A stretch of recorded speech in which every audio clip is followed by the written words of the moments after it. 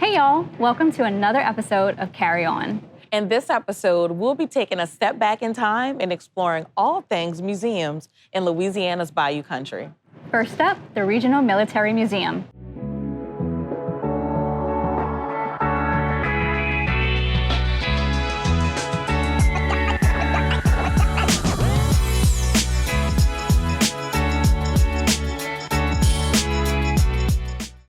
This place is massive. Tara? Hey Nicole. What are you doing, G.I. Jane? I mean, you see a tank, you get in the tank. Can't argue with you there. How about you climb out of that tank and we go explore this place together? All right. As we stated, we are here at the Regional Military Museum, and if you haven't noticed, my girl Tara here is dressed for the occasion, and she does look pretty good, if I do say so myself. I do. And we're joined here with Mr. Will Terrio, President of the Regional Military Museum. Mr. Will, thank you so much for being here. It's a pleasure to receive you all at our museum. Thank you. You guys focus on all timelines of history. And what made you guys do that? And what timelines do you focus on specifically here? Our timeline at the current time, of course, is the unsung heroes of the Vietnam War. All of our World War II veterans are gone. Many of our Korean veterans are gone. Our Vietnam veterans are now in their 80s. Wow. But we started out with World War II. Mainly, a group of World War II veterans would get together for coffee. And they would meet and talk, and one of them would say, you know, I brought back a rifle from Germany after the war. And it says, hey, I got a bayonet I got from Japan. And by talking, it says, you know what? We should really have a little museum so we can display this stuff. This stuff is stuck in a closet. My grandchildren will never know what it was like. There was a great benefactor in Houma who wants to remain anonymous, who had a collection of motor vehicles, World War II motor vehicles. And he said, if y'all will display my artifacts, I will buy a building for you. Wow. And he bought the other little building on the other side, which was constructed in 1946 as an automobile dealership. And from there, as soon as in 2004, we started operating a little museum. We had no income. And the museum had no truck to go pick up artifacts. People would call, hey, I want to donate this, but I can't bring it. Can you come get it? So my truck became the museum's truck. We had visitors, and I would take pictures. The museum's camera was my camera. They needed a computer. I had a spare. And this is how we progressed. And we only donations. In 2008, our state senator was Reggie Dupre, and he says, you know, y'all should apply for some state funds. At that time, the state had surplus money, and every year, some nonprofit would get $100,000 from the state. So we applied for it, and at the last moment, they says, you don't qualify. Oh, no. You're a private foundation. So he said, we're going to create a Kevin Parish Veterans Memorial District, a political subdivision. And from there, you can raise money through a bond issue or whatever. And so in 2014, we built this atrium. And there was a wall right here. And this is what we had. In 2018, we had enough money to add another 80 feet. We had enough money to do a second and third floor, but not enough money to finish. Could you tell us if anyone wants to come experience the Regional Military Museum, because it's something that I feel everyone should experience, how would they go about doing so? For a student, it's $2. $2 for students. Okay, seniors and veterans is $5. Adults is $10. Y'all make sure y'all write that down. We're a hands-on museum. Right. So you can actually touch a Jeep, take a picture of the Jeep. Get in a tank. Yeah, get in a tank. Young boys, especially, we have a desert scooter that they love to get on. and the Desert Scooter saw action in Iraq. We owe this to our veterans. They signed it on the line that they will do everything, even in their lives, to protect our freedom. Now, I'm 89 years old. I did not serve in the military. I was too young and too old. When World War II started, I was 6 years old. When Korea started, I was in the 10th grade in high school. As a consequence, I was never called to active duty. When they did call me to go take a physical, they found out that I was married and had a 1-month-old child. They said, go home, we'll call you if we need you. But my youngest son served in Iraq. My brother did 2 terms in Vietnam. I'll volunteer to honor that service. My brother actually he's active, he's in the military. And one thing I love about here, you guys have a car that was donated, and I was able to add his name to the car. Yes. And that's amazing. That's another plus of taking the tours here. Yes. We called it our honor car. The car was owned by a Marine who honored his fellow Marines.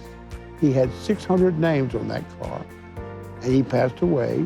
And his daughter says, I don't want to sell my dad's car. I'd like it in a museum, and there's room to add more names.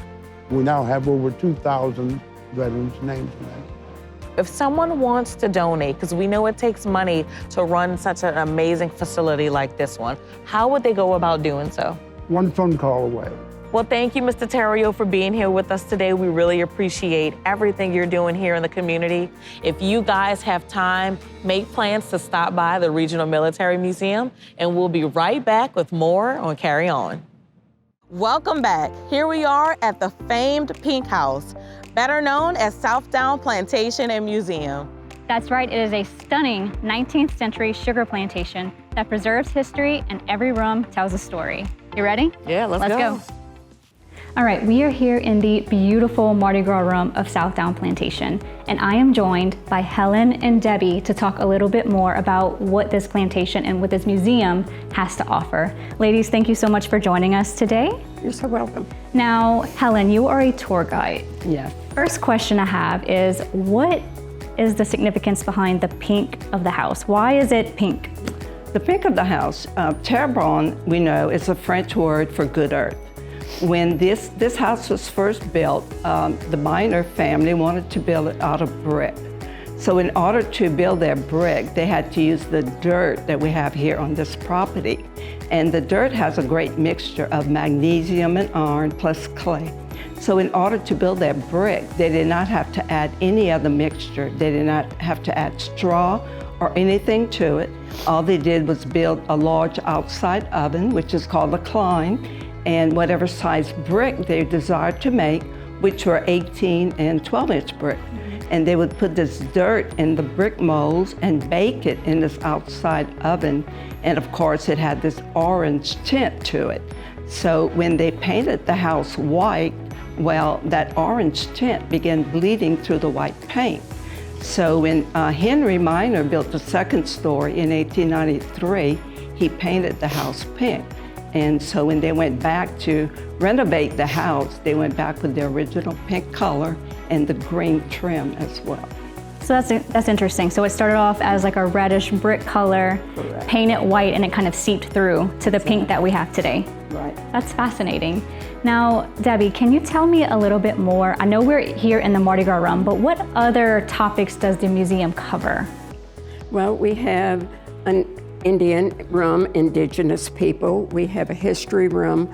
We have a first responder room that we're trying to actually build up right now and more complete. And we have the sugar room that has all the information. I know y'all are really big for craft shows. I've Yes. been to several Yes. myself. What time of year do y'all host that? We host it twice a year. This year, our fall marketplace is November the 2nd, which is the first Saturday in November, which it always is. And then our spring is in April, which is usually on the Saturday of Palm Sunday, the week before Easter. and that's a given. So all of our regulars are usually here. We don't need to advertise. They're usually here waiting 7:30 or 8 because they know the vendors, and so they will be here.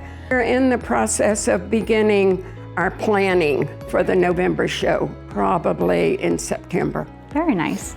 Now, Helen, I know that you are the tour guide. Can you walk us through what we might expect if we take a tour through this museum?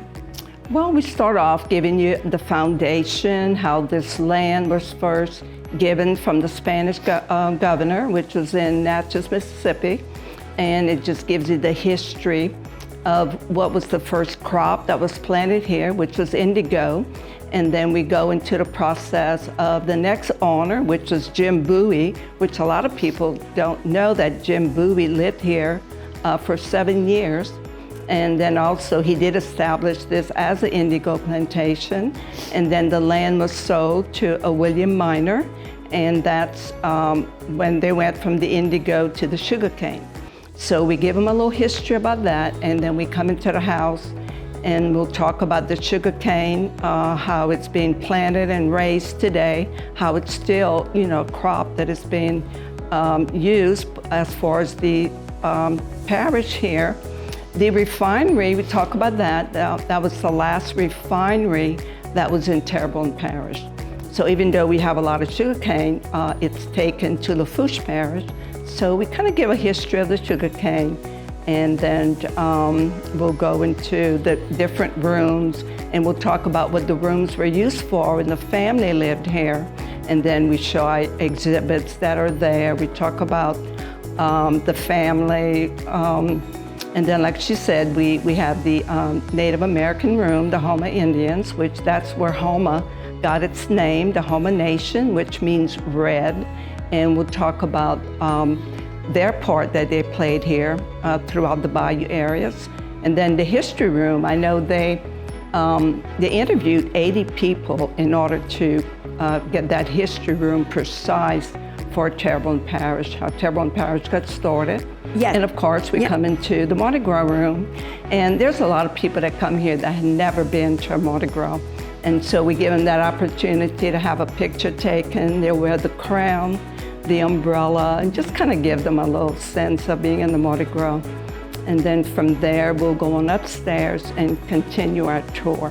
What I like about working with tourists that come here is that we're not just talking about the Miner family and the house, it's also about the community and their resources and what they've given to Terrebonne Parish as well.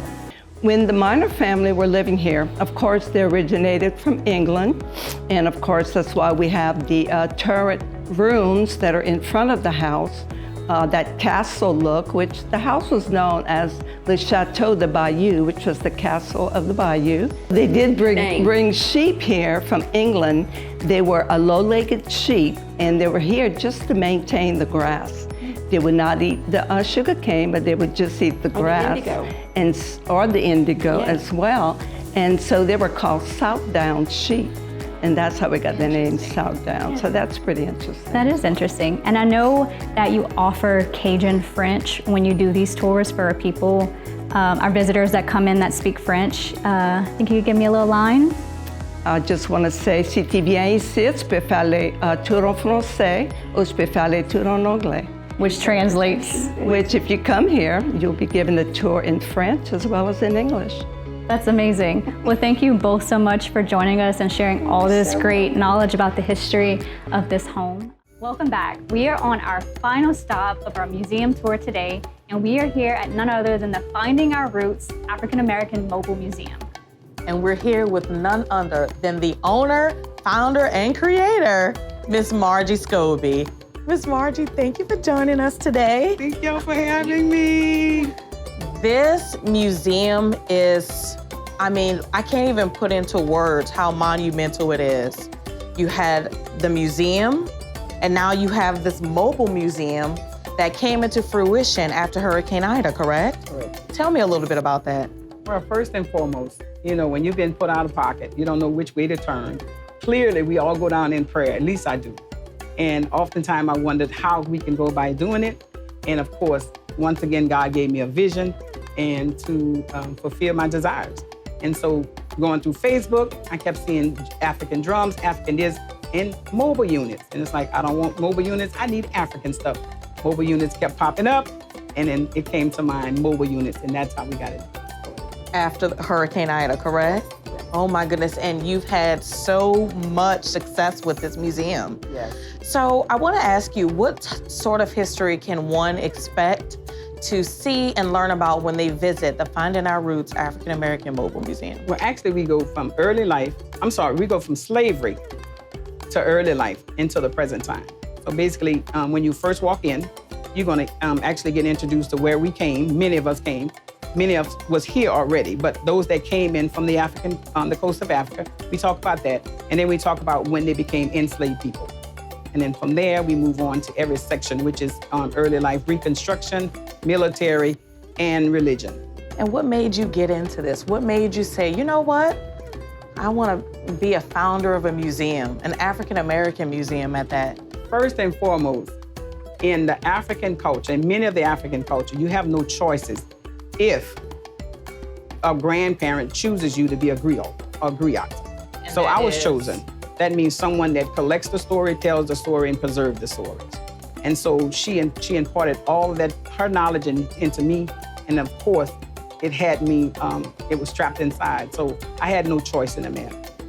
It was kind of like preordained, Yes. like destined to be, Yes. right? Yes. It's just part of the African culture, from what I understand. Margie, how do you engage the younger generation? You know, obviously it's important to preserve that history. How do you get the younger kids involved and to learn more? Well, to capture them first and foremost, we have to be, I guess you have to be crafty.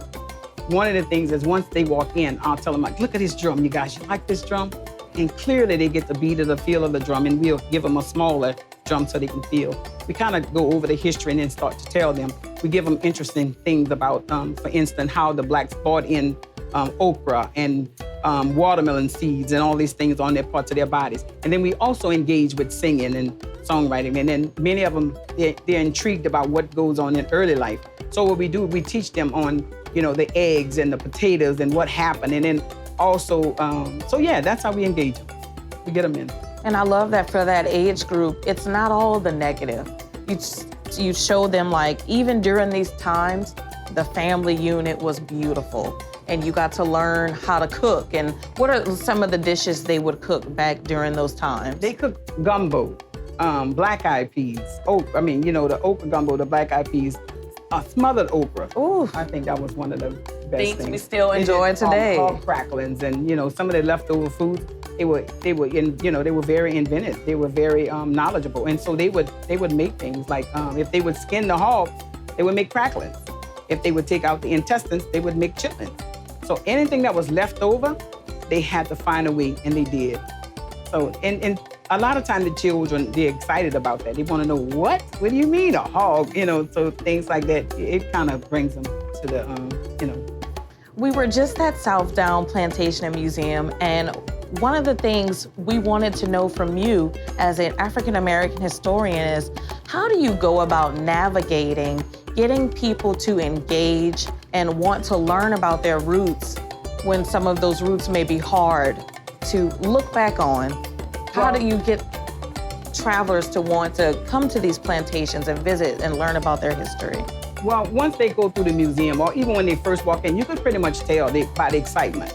They express, oh my God, this is my family, or my family names. Because many times they have names connected to some of the exhibits. And they express that, oh, that's my family name. Or, I want to find my family. Or if those that just want to shun away, you can pretty much tell.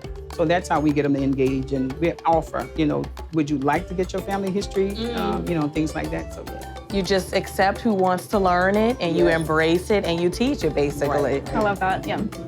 Now, this is a mobile museum.